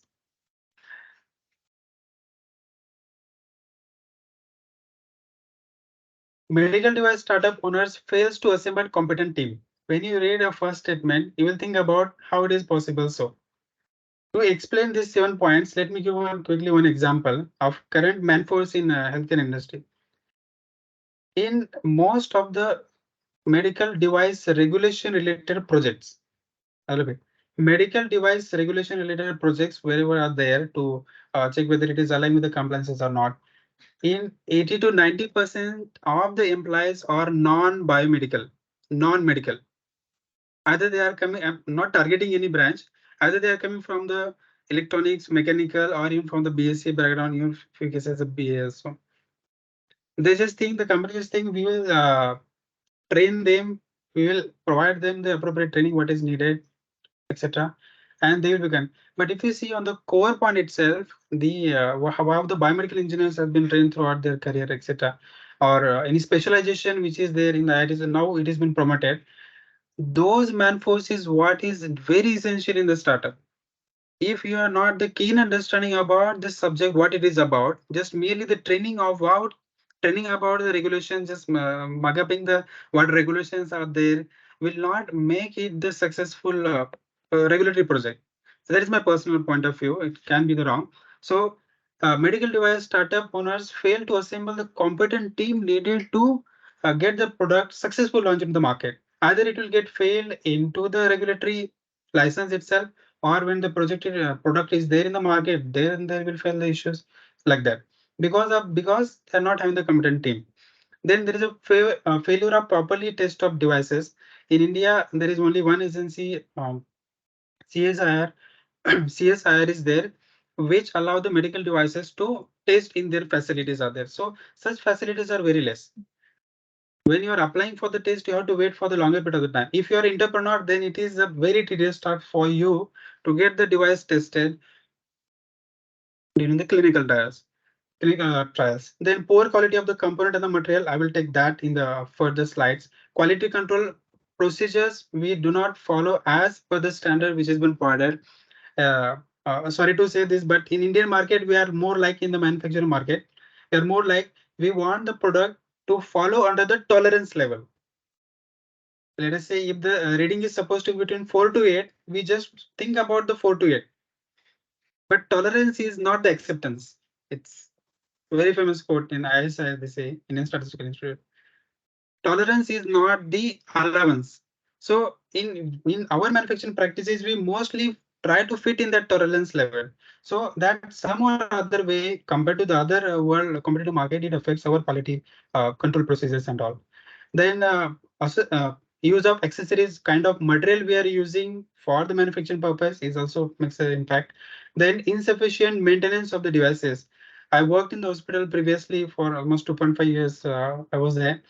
I saw, unless in majority of the cases, unless the medical device fails or having some issues, most of the hospital do not take much interest into that device, their maintenance or the PM. Most of the hospitals, it's not. So insufficient maintenance, some or other way, when there is a major failure is there, obviously the patient is going to affect. Right. So then reusing of single-use devices and accessories, yeah. Reusing the electronic devices, it's a good initiative. But when it's come to the medical devices, there has to be the rules and regulations very stringent, which product you are reusing specifically for the medical devices. I will quickly give you the review of what recall system we follow in India. As I stated, there can be the voluntary recall where the manufacturer understand there is some issue with the device, and for that they will do the recall. Now you can understand why any company want to initiate the recall by themselves. Recall means there is a loss of profit. Forget about the profit. There is a loss of resources also, because you have to take back the product, all those supply chain investment and warehousing, all of that. Why any company want to do that by themselves? Many of the reputed company also do not do. But it again totally depends upon the government ecosystem what we form. It practice is there in, like as I mentioned, Australia keep on saying the same country's name, because as per the medical devices, these countries have made very good standardization, where the company by themselves voluntarily recall the many of the medical devices if there is some issues out there. So we do need that. Then statutory recalls, where the authorities comes or they understand there is some issue and the recall will be initiated. So there's a process flow which has been followed. So as I stated, based on the severity of how it is going to affect the patient, we do the classification of that recall. Recall It is class 1, class 2, and class 3. Class 1 means where there is a highest risk of risk to the patient is there, where there can be the death of the patient can also occur, exposure to that. So it can be because of defective pacemaker. Let us say you consider the 80 kilojoule of the energy during the pacing the patient, but 80 has become the 90 by mistake because of some error in the device. Now you may think there's a 10 difference, 10 kilojoules difference, but for a heart which is under a stress already because of some issues with the heart, we are giving the pacemaker, right? So when heart is already compromised, where you are increased 10 kilojoules will affect the patient. It may not at that moment can affect the patient, but it may affect it in other parameters. I'm not from the not a medico, but as per my understanding, a slight differences in some critical devices makes very high impact. In anesthesia machine, I hope someone has not gone. You should not go through the operation theater. But let us say if you had to be in the operation surgery, none of us, I can guess, has focused on the anesthesia machine. We know anesthesia has been given, but have we ever seen the anesthesia properly, whether the machine is there? Very simple indications are there. As a customer, we should know what color of that the three chambers are there of the specific chemicals. What color is there? Just based on the color, but we do not focus. These are very still we don't have that. So even a slight change in the color in those chemicals, which indicates that there will be adverse effect on the patient. OT people are supposed to check that, but still there comes many cases in India and other countries where the patient suffer because of the increase in CO2 level. How it is related? If the anesthesia is not properly working, the CO2 level in the body will increase. So a slight defect or the slight changes in the what actual parameters are there, if it is there, the patient will can severely it affects the patient. Then there is a class 2, which is intermediary, means there is a severe effect, but the patient is effects are not long lasting. Effects are not because of which the patient will die, but there can be the severe consequences to the health. A simple one, if the glucose level is not properly measured. Now, if slight difference in the measurement of the glucose level will vary the dosage of glucose given, dosage of insulin given to the patient. So those variation over the period of the time will cause severe to the patient. Then class 3rd, which is considered as a, it is not going to have any adverse health consequences to the patient. So this kind of data has been released by the FDA or their website. It's always been keep on updating. If there is any recall, you can check out their website where the recall reason will be given, class will be mentioned, product company names, and all the data can be given. Now, now come to the later part where you can relate what we understood so far to what I want to project to my project. So data I use, this data which I showed from the FDA, I use this data as per reliability of my results in academia. We follow the practice of Cronbach alpha. If a Cronbach alpha of your data, if it is 0.7 and above, it is considered that the you can rely upon the what output or the result we are receiving from the data. So as you can see in all the three cases, it is 0.7 above. So next, recall causes. In this, if any medical device is been recalled, as we I shown you previously, we have to we have to first get the investigation of that, then classify them. So during the investigation, we have to see what causing the device to malfunction. So what causing is what causes I have considered over this slide. So there are almost 13 causes. There are some more causes are there. I took the most relevant one, which you can use for the study. So out of 13, if you see, I used 313 recall data from the FDA. So out of this 13, if you see, process design and a change control contribute to the majority of the recalls. It's almost 27.80% of the time. If you see, the process design in sense, uh, what process you have to follow for that specific device manufacturing. If there is not proper change control during the regulatory document was the government released for the device or in general, they mention about the change control parameters. Now, if those change control parameters, if you modify as per your organization and within, if it is not within the tolerance level, it will affect the device in future. So it can be simply that the proportion of just a minute.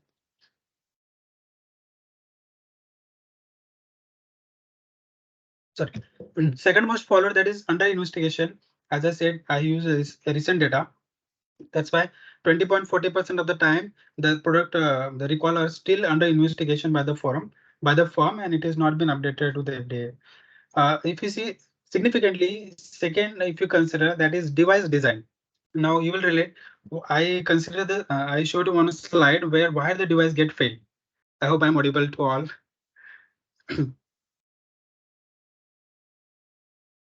Yes, sir, Yes, Rajesh yes. sir. Yes, you Yeah, are sir. audible. So Yes. device design, yeah. I consider why the product failed. Medical product devices fail.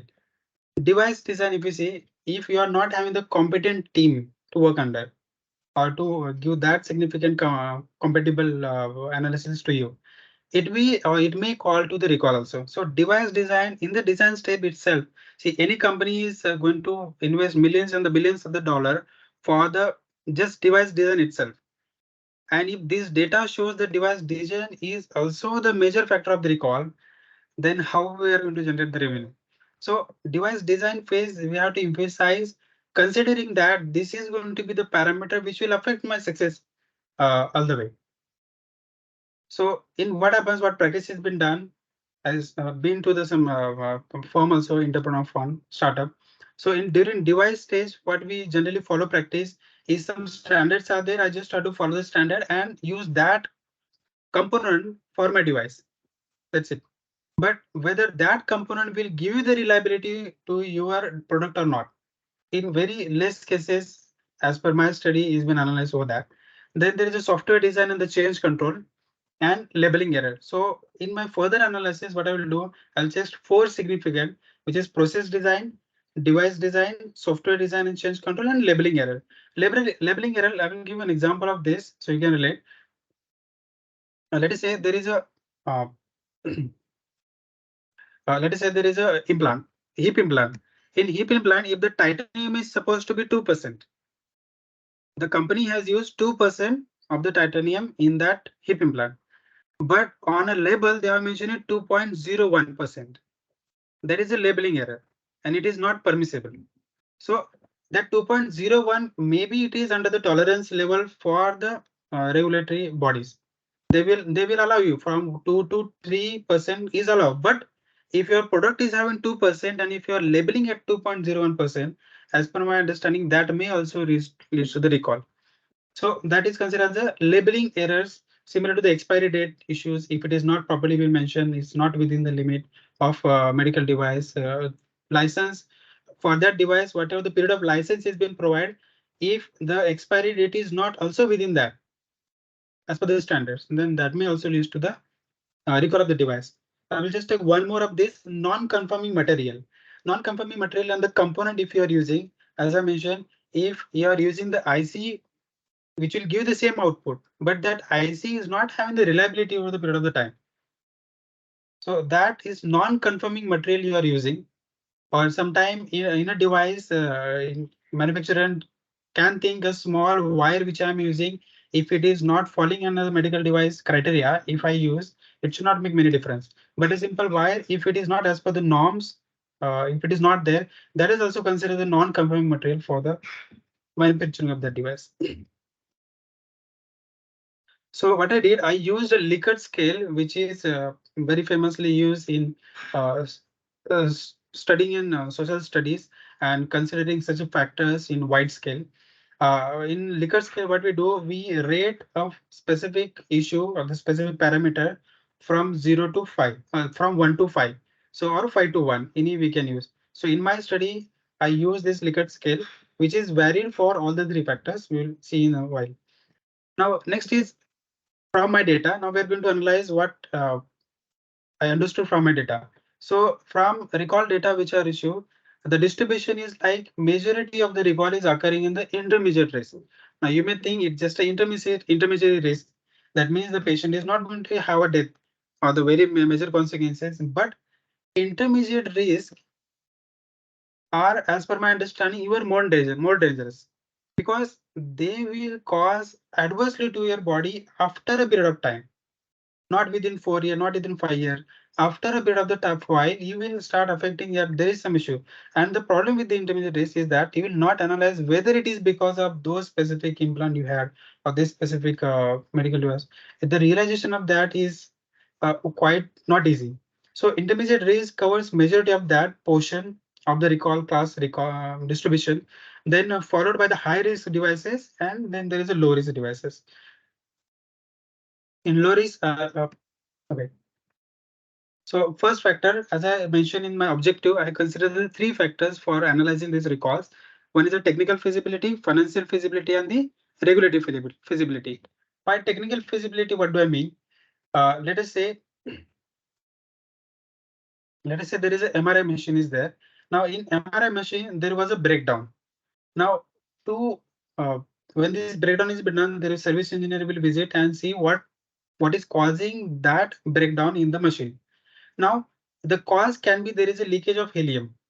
The cause there can be a minute cause that the AC is not properly maintained. It can also be leading to the technical failure.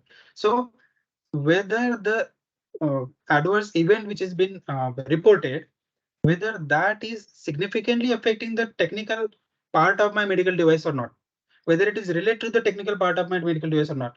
Like as I mentioned, the MRI, if there is a helium leakage, the leakage may be because the technical part, but the leakage may be because of non-technical parts. So it varies upon how the further analysis has been done. So what I did, I tried to understand how a recall can affect the technical feasibility of in general medical devices. So if you see the pie chart, quite it shows that the distribution is uniform somewhat, right? Because if you see outstanding performance is 22%, very satisfactory performance as per the technical part of your device is 16%, satisfactory 18, etc. But if you see, go to the next slide, interpreting the pie chart with this. Now, if you see in this slide, the performance of your device and the causes. We saw causes, what are the causes which is making the medical device to recall from the market. Now, if you see, let us focus upon 4 and 5 below, which shows unsatisfactory performance and the poor satisfactory performance. So in device design, I think everyone will agree with me, a device design is a technical failure for a product.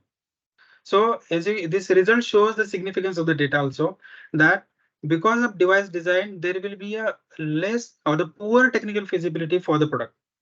Then followed, if you see process design, in the process design, in unsatisfactory and that of the poor performance, almost more than 50% of the data lies into this. So which shows a process design and the device design followed by software design, where unsatisfactory is 18 and the 2. So these three factors, if you focus, they are more related to the technical issues with the product. Now, just to highlight, because the slides may not be very clear for some. So one more slide, if you see, based on the performance, just focus upon the unsatisfactory and the poor performance here also. As per the bar, if you see, the process design for the unsatisfactory forms the major bar, followed by the software issues and that of device issues. And so you can see non-conformity of the product is also there. So this shows, and in poor performance, obviously there is a device design and the process design issues are there. But if you see, our data is lying majorly in the unsatisfactory. Means some technical parameters are in control of the manufacturer, in control of us. If you follow that properly, you can convert the technical feasibility into satisfactory or very satisfactory also. So this is significant, you can understand from the data. Third factor I did, factor analysis I did by using the capability analysis. Capability analysis shows what present practice has been followed for this particular factor, that is technical factor, technical feasibility factor, which has been followed, whether it is about the mean or not, whether it is appropriate or whether it is significant or not. That shows the capability of my device technical perspective. So in this, if you see, what was the potential of the current market from the data is 1.35. But actually we are following at 1.04.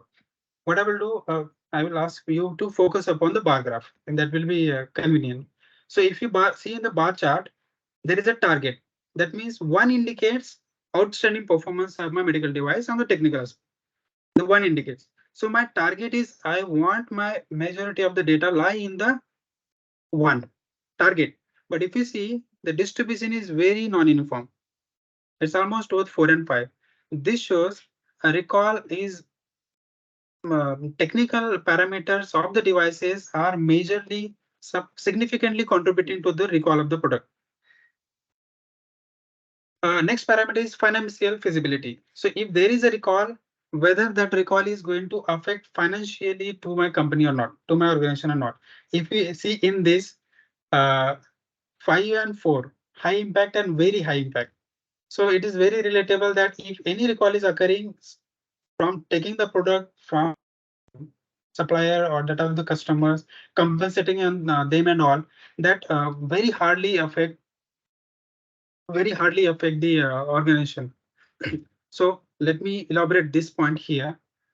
Now here, if you see, when a device is getting recalled because of device design issues, and also again here, if you see process because of process design.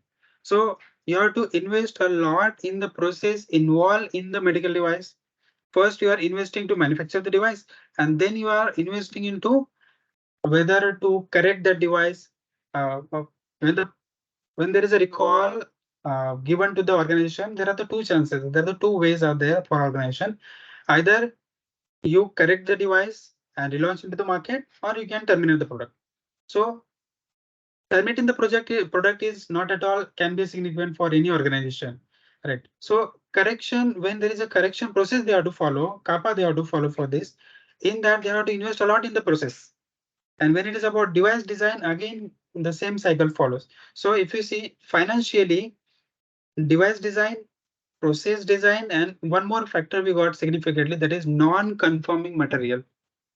Non-conforming sense which you are not supposed to use, but you use that component, or your component is not uh, following its reliability parameters. So if you see, there is a significant effect of this device design, process design, non-conforming material, and the software part is there as per the financial feasibility. Can anyone tell me a quick question for you? If there is an upgrade, like we are using the mobile, if there is an update in the mobile, like the software upgrade is there. Similarly, if there is a software upgrade is there in the medical device, do you think there is a need of getting the approval from the regulatory body for that? I will repeat the question. Just like in the mobile, we have the software upgrade. If there is some software upgrade I have to do in my medical device, do I need to take a permission for regulatory body for that? I hope I'm clear with the question.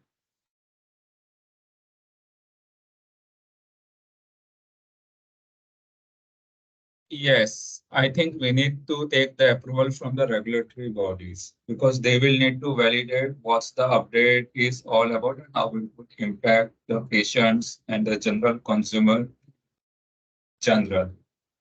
Yes, sir. So most of yes. Yes, sir. Absolutely, sir. So if there is any small change in the or the upgrade in the software, they are supposed to get it approved. In India, again, sorry if I am emphasizing more upon our negative points, but medical sector is like that. I will just add one more point into this as a fun fact for you, not fun though. In CDSCO, which is our regulatory body, in CDSCO, there are only 2 biomedical engineers.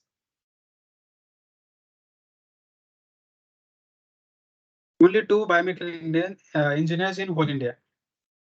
Because I am associated with the biomedical nationally, I'm aware about this thing a bit of.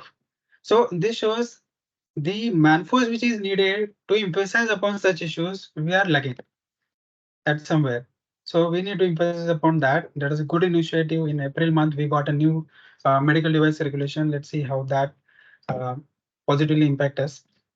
Okay, back to here. So software design, yes. If there is any upgrade, you have to uh, get approval for that. But in India, in most of the medical device, if there is a software upgrade, the hospital will not bother to upgrade their software. Majority of there is a software upgrade because there is some can be an issue with the previous software, or can be some additional features have been, but in majority of the devices in medical hospitals, we do not upgrade the software as per the requirement. In mobile, if you are connected with the Wi-Fi, it will get automatically update, but you have to do the restart. Then only the update will, it will update your mobile, right? You have to do the restart after installing, but it's yeah, it has not been updated in many of the cases. Okay. I think I explain, yeah, this part I did not explain. Financial feasibility, how it is getting affected, whether how it is impact. So if you see here now, data is distributed over moderate, high, and the very high impact over this. So let us emphasize upon high, very high only as per the time. So financial feasibility, if you see device design issues and what I discussed, that is going to affect. It is going to affect high. Going to have the high impact upon your financials. Next part is a capability analysis. Now here, again, we will focus only upon the bar chart. So if you see here, target, our target is 1. That means very low impact. We want very low impact. One and see how the data is distributed. We cannot even say very non-uniform. It look uniform, but in the negative way. Means any recall is going to affect the company or the organization financially. But this distribution shows. I will just quickly take one more now. Now, if you see this bar graph, technical feasibility graph, bar chart, and if you see this bar chart, if you see in technical feasibility, it was non-uniformly distributed with 1 and the higher point, but in technical feasibility is more distributed towards low and the high point. We will compare this understanding with the third factor, that will be more relatable. I'll come back to those points. So next is a regulatory landscape. Now, why I consider this point? Some of you may think regulatory landscape may not be the factor to understand the data directly. But if you see 70%, 70 to 80% of the medical devices in India are imported. So you will not wonder why the cost of medical device is so high. The ventilator, if you want to have a good quality ventilator, it minimum will cost you 5 to 8 lakh rupees. A good quality, okay, which will give the significant output of that. So why we don't have that for 2 lakh rupees or 3 lakh rupees? So ventilator will be available in almost all the hospital. We can have the good facilities.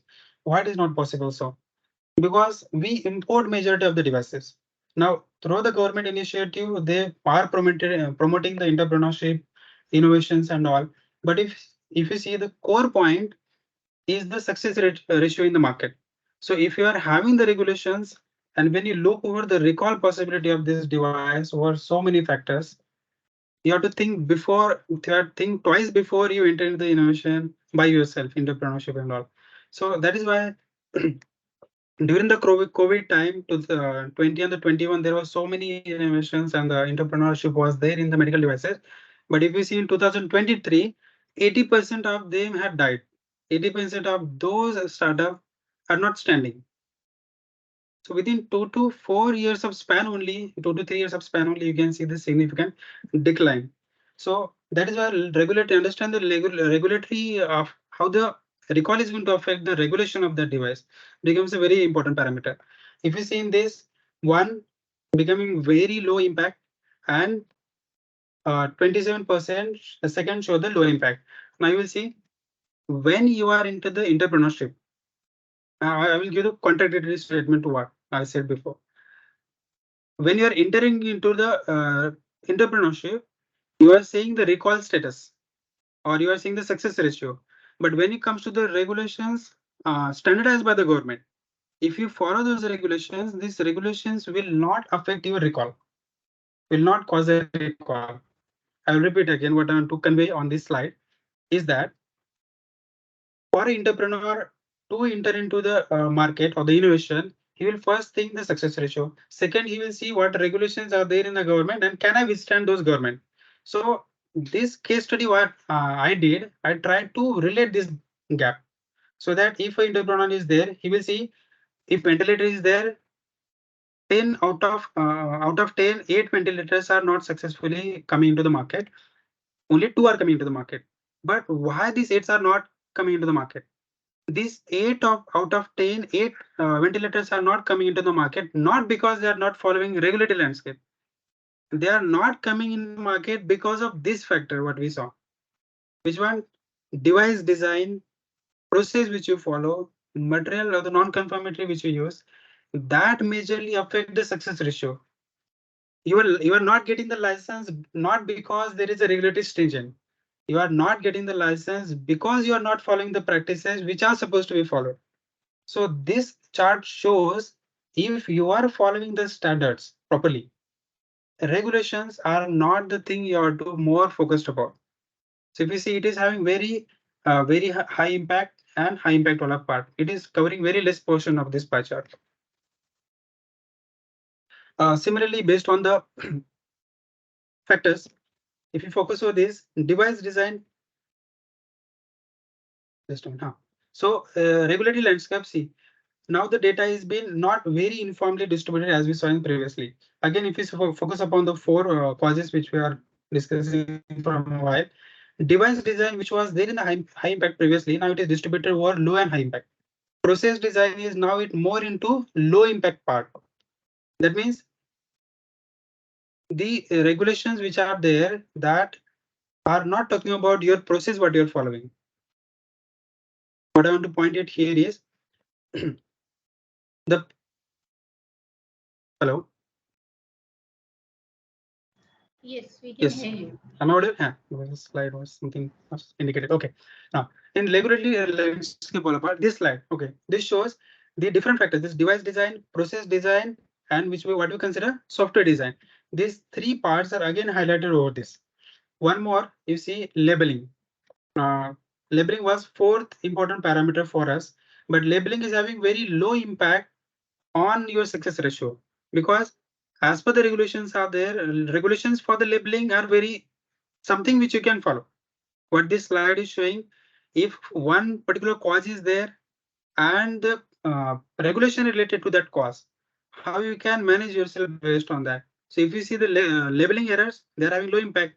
That means if you are emphasizing more upon your product packaging, product labeling and all, you don't have to much worry about that. You just focus upon the regulations, follow that, and not invest your sources much upon that. You have to invest your sources more upon the device design, process, software design, and those factor what we discuss about. Yeah. Next is regulatory landscape. Now, if you see, this is again distributed toward the low impact. Again, I will emphasize upon the same point that a regulation of a specific device is not a major cause. That is what this slide is showing. Regulation is not regulation should not be the concern for you. Concern for you is the manufacturing process, is the design process. If you follow that with this standardization, it will have very low impact on your success ratio of the product. I hope I'm clear with that. Then similarly, capability analysis, if you see, my data is more towards the target. That means, again, whatever the recall is been done, the data which you observed, recall which was been done, those recall were following the regulatory parameters. There was no problem with the regulations. They were following that. So this shows do not emphasize more upon the regulation in the initial phase. Work upon the three factor which we are discussing: device design, process, and the software. Now, once the product is being recalled, there is a re-engineering of the non-compliance of the product can be done. So first you have to identify the non-compliances, what causing it, root cause analysis we have to do, then develop the corrective action. It can be that you can visit the customer and replace the part. It can also be done in ventilator. The O2 cell is not properly working, or the life of the O2 cell is not as per the what you projected. So you can go and replace the O2 cell of the ventilator. So that means we measure based on non-compliances how we can do the correction of that. Then implement those corrective action, evaluate the effectiveness, and document the process. Documenting the process is very much important. Uh, this USA, Japan, that of Germany has again become the in last few years in the medical device in Australia. Why these companies are having such a good reputation for medical devices? Because they document. For us, it feels like क्या करेंगे document लेके, right? No one reads. But in medical device and the clinical trials, documents plays very important role. And just like nowadays, actors do not read the script more. Similarly, in when you're an entrepreneur or as a company or you're working on some project, I don't think we much get into the documentation of that device, like what previous device got failed, why it was been recalled, analyzing that, and so that it will implement. I will implement my project such a way. Yeah. So based on this, some conclusions and the recommendation I'm giving. 5 more minutes. Uh, Appreciate your patience.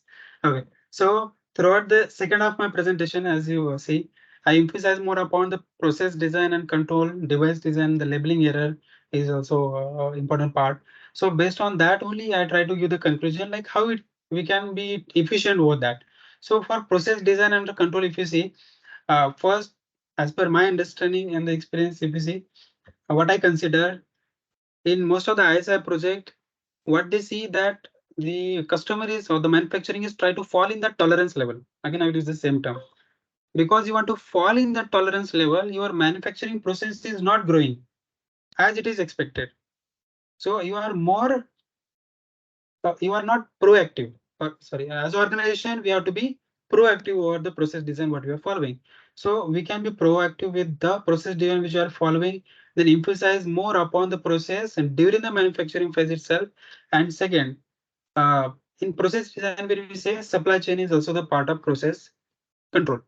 Now in supply chain also you will see many of the devices are getting damaged. So when they come into the India, when they have to pass the check in India, in many of the cases we have seen many of the ventilators and other monitors also they are broken or they are not properly carried. So supply chain also makes a very high impact on the process design success for the device. So next is a device design. I extensively talk about why it is important. So it is very much important to identify and address the issue with your device design before you commercialize the device. So you can have the corrective actions before your product can be into the recall. So you should know at least 4 5 reasons why your product can be recalled or why what chances are there or what can cause your product to have the issues. So upon that you should be ready with. But generally in almost all the countries what we follow, there is a kappa in India. We don't have a kappa in medical device though. In practice, in kappa you should in FDA kappa says corrective and preventive action. So when you are launching a product, you have to submit the kappa corrective actions to the regulatory body before launching the product into the market. But in India, we do not emphasize more upon the kappa process. So it is very much important emphasis upon the kappa process also, so that any correction, possible correction or the prevention can also be done. So device design affects this process and the device design. It's affect the technical parameter of the product very adversely. Then device design affect the innovation also. So it's very important during your innovation you have to emphasize upon this. Then labeling error, in some it may happen that a simple error, for a simple error, why should company spend a millions of the dollars of rupees? So there was a case, I think 1.5 year back in Mumbai. Uh, there was a patient, neonatal patient was there, a small newborn baby was there. So for the newborn baby, we have the baby warmer. So baby warmer is like they provide the heat to the baby so that immunity will improve. So a slight error. Now you think they have set a parameter. You have to provide the 10 or 12 kilojoules of the energy. Now doctor came and doctor set the parameter properly. No issue with that. But because of device design issue or device, not a device in sense, the case was about labeling. So doctor put a 10 of the number for a heating of the baby, but the device on a 10 was giving 12 to 15 of the energy. So the baby got very adversely affected, got the burn, and eventually the situation happened. It became the wide news. So whether it is about the proper whether it is about you are having good post-market surveillance of your product or not, or whether it is about maintaining proper regular maintenance of the medical devices or not. A simple error can also affect that. So to mitigate this risk and the label error, you have to be as an employee. There was one of the error I did not emphasize. There can be an employee error also. So you are a employee who are working on the labeling of the device, and you did a error by yourself.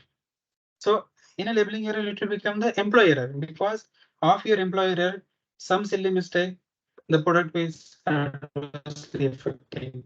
So what we can do about this? There is need of clear labeling and rigorous quality check throughout the labeling process. It's not just you printed the label, box bana diya, pack kiya, product sent. At the end, there should be a thorough labeling, checking of the labeling whether it is properly there for that product or not, has to be there in a practice.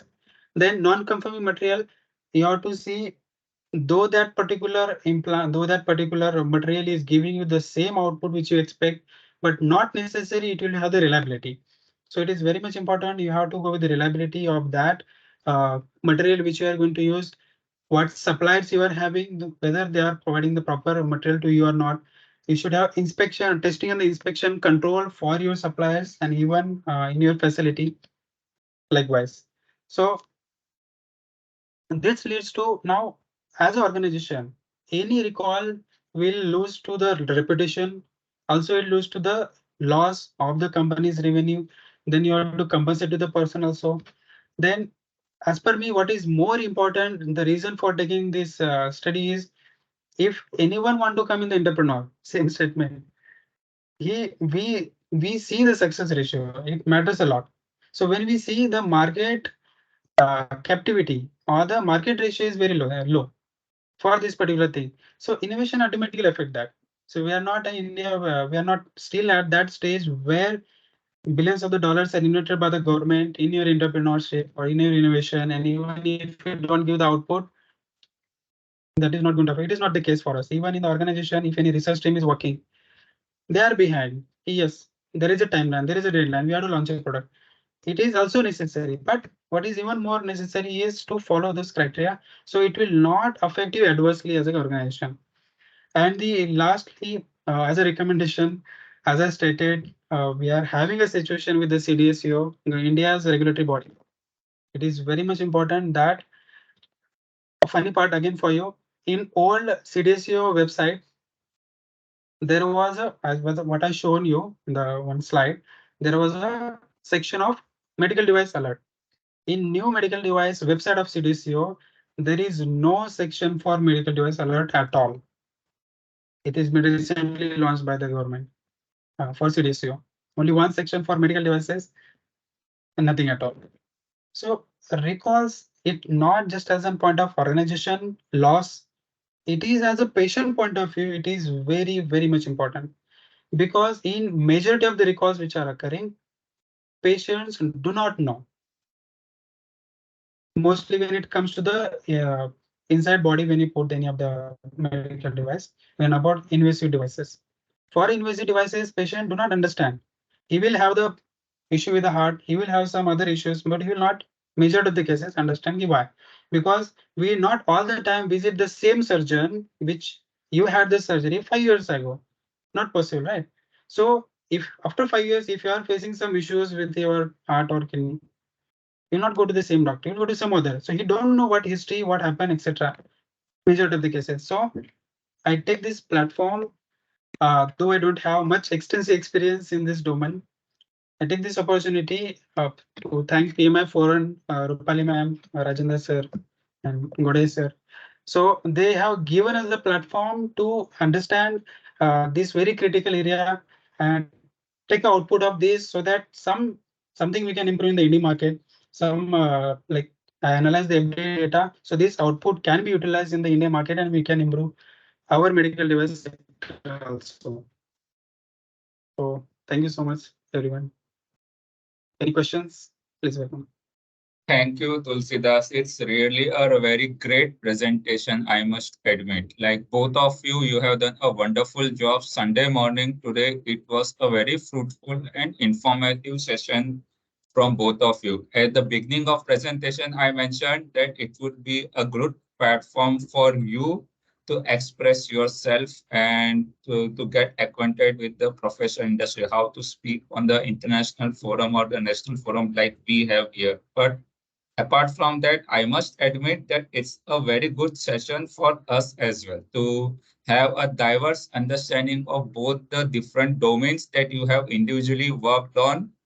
And it is indeed very good information for us and an eye opener around the medical industry. It's a really an eye opener for us. Like I would say that henceforth, when I or my family members will get admitted in an hospital, we will surely check for this checklist. And now I would like to call upon Dr. Roopali ma'am, who is the mentor for both the students, to say a few words how the entire session happened, what was her feedback, and what is it that she learned and would like to let tell us more on it. So Roopali madam, over to you now. I think you are on mute, Roopali madam. Yeah. Yes. Yeah. Thank you, Rajendra. First of all, I would like to thank the PMI Mumbai Chapter for giving me this opportunity to be a part of GROW initiative. And Priya Patra ma'am, Rajendra, Abhijit, and Amod. Thank you. Very many thanks to you because whenever we were stuck and you all were there to help us out. So thank you for your timely advice. And regarding the presentation, I would say, Yash, Tulsidas, you have given the good insight of the domain that you have worked on. So it was a very fruitful session for me because I learned many things because we say, no, when you need to learn new things, you have to unlearn also. So you helped me unlearning many things so that I can accommodate new things also. And one last thing, now you have done so much of good work, very good research. Don't let it go waste. No, record it in the form of paper. Yeah.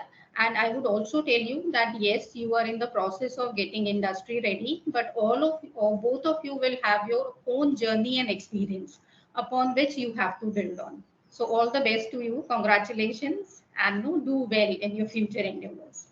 Thank you. There are some questions for our speakers. So Rajendra, if you want to take those questions and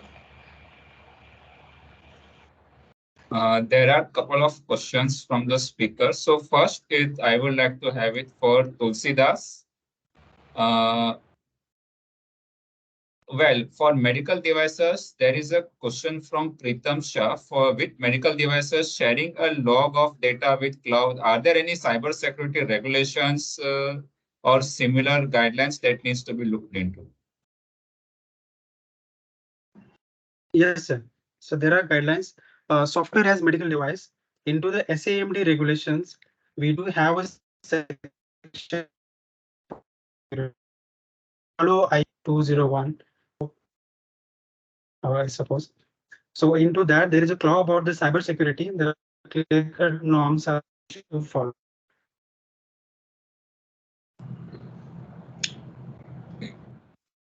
Storing the vehicle device data about that. I think Tulsidas, you are breaking a bit. Can you repeat? Sure. Am I audible now? Is it? Yes, yes, you are audible now. Yes, yes. I will repeat the answer for audience. So for the cybersecurity and all the IT related and connected with the medical devices, yes, there is a IEC 60201, I suppose, that we follow, and 601 and 602, I suppose. Under that, there is a clause for cybersecurity is there about the cloud and all. So when you are storing any medical device related data or medical data, like the X-ray data, which you are going to use for the interpretation of your image processing and all. So yes, there are norms are there which you have to follow. Okay. So the next question, it is from Sudeshna, and it is, can a device fail because of biocompatibility or extractable leakage challenge? Yes, it is very much possible. That is why in many of the legal cases, it became a challenge because the manufacturer says we have clear cut given the guidelines about the compatibility factor. Then why you have used that device for that patient if it is not compatible? So it's a good question. It becomes a legal battle when it comes to that issue. But It's severely totally depend upon the doctor and the hospital and the team what compatibility parameter you are considering for the specific patient and whether they are standardized you are following or not. So is it case by case? Yes, sir. During every surgery, you have to have biocompatibility for the given patient because every patient there is a different scenario. Okay, okay, yes. Okay, thank you, Tulsidas. So these are the There was one questions more that I see. question. Yes. Let's take one question. One more I can read out. All medical, Rehan has mentioned one. All medical devices are approved by relevant FDA. Yes. In India, what we are having, if a medical device is approved in USA or Japan or Germany, and when this device comes into the India, we gave them a leverage. Leverage that there are not stringent criteria. It's just like you are a not to emphasize anyone. If you are a son of Ambani, you are supposed to have a Ferrari kind of relation. So if you have a product approved in the Germany, it's considered that it is ready for the Indian market. So our regulatory body is not such a stringent upon such product. If they have the approval from those developed countries, it becomes very easier for them to get the license. Okay. Then there are a few more questions. There is one for Yash also. Mm-hmm. Yes, I think it was a suggestion for Yes, yes. Yash from Rehan. I think we would be discussing it offline. Okay. Yes. Yeah. Okay. And Okay. there is another one for Tulsidas. Have you taken this? If J&J recalled the device in USA, have they found the issue, or the US government has instructed if the same device were used in more countries? I think this is related to the latest question which Tulsidas has responded. Like if anything is recalled in US, then we also follow the same parameter. Yes, yes. Okay. But about the recall, we do not follow, sir. Sorry to interrupt. Okay, We it is follow for for the licensing. approval force. Yes. But when there is a recall, we do not recall. Okay. Yeah, because that contradicts what you said in the presentation. Yes, So that clarification Yes. is needed. Yes. Okay. Do we have any other questions? If you have any question, please post on the chat window.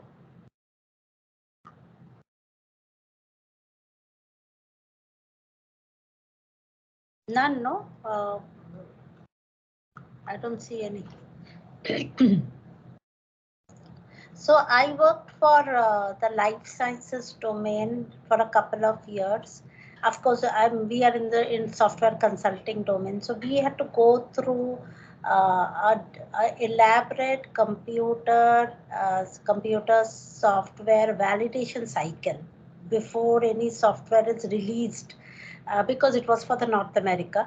So FDA approved computer software validation cycle had to be followed and ensured that we get all approvals before it is released to production. Even for software also, we have to go through that, because any small this thing may lead to recalls, because nowadays huge devices are run on computer software, and so it's like a 3-month cycle before anything gets approved and this thing, and we used to go through that entire process. We remember this operational qualification and OQ and PQ, we used to say is our two this thing, right? 2 stages in a life sciences product software development cycle.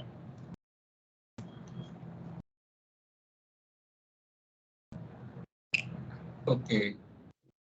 All right, so I don't think we have any other questions. We can now, if you want to share your screen, we can hand over the certificates to the mentees and the mentor as well. Yes, yes. So I am sharing my screen and let me know once it's visible. Okay. So Dr. Yeah, this goes to Dr. Roopali, and Oscar is not there. We wanted Oscar to kind of hand it over to you virtually. Thank you, Dr. Roopali, for your contribution as a mentor to our GROW program. And we started, this is getting over in July. Of course, we started a couple of months before. And let's move to the next one, Rajendra. And Yash Kulkarni, thank you very much for delegating the process and commitment and your commitment towards the program. And it was an excellent presentation. We learned a lot of things as well. Yeah. And the next one, Rajendra. Tulsidas, again, very good presentation. Could relate a little because, as I said, I worked for a couple of years in the life sciences domain. And we know the pain that people go through because of this validation cycle, but a lot of insights. As Roopali madam said, both of you should document this learnings in the form of a paper, get it published, and let us know when it is published. Definitely, it would be a great closer to this entire mentoring program. Over to you, Rajendra. Yes, it's a very good session that we had, and I would thank Dr. Rupali Madam, both the mentees, Yash and Tulsidas, and also for the support from DIAT DRDO staff for this wonderful session. And most of all, I would like to thank PMI Mumbai Chapter and all the participants who have attended this session to make it a success. It was indeed a very fruitful session and very informative. I am looking forward to more sessions in similar. So I think we have a PDU code now, and we will also receive a mailer from PMI Mumbai chapter within next few days for the PMI code. So we can avail to PDUs from this, and PDU mailer, it would be shared by Monday. So by tomorrow. So wonderful session, and I thank you all. Have a good afternoon. Thank you. Bye bye. Have a nice weekend. Thank Bye. you. Thank you, everyone. Thank you. Thank you. Thanks.